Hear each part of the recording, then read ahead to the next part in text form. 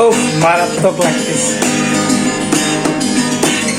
আমার সুরে বুকে কান্না লুকিয়ে থাকে, আমার চোখের কোণে নোনা ছবি আঁকে, ডাকার কথা যাবে তাকে কেউ কাছে, নিঃসঙ্গ এ আমি ঘুরেছি মনের আছে, নিজেকে আমি কত সুখ বিলাই,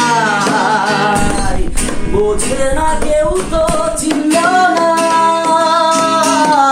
খুঁজে না আমার কি ব্যথা, চেনার মতো কেউ ছিল না, এই আমাকে হাসতে দেখো, গাইতে দেখো, অনেক কথায় মুখর আমায় দেখো, দেখো না কেউ হাসি শেষে নীরবতা,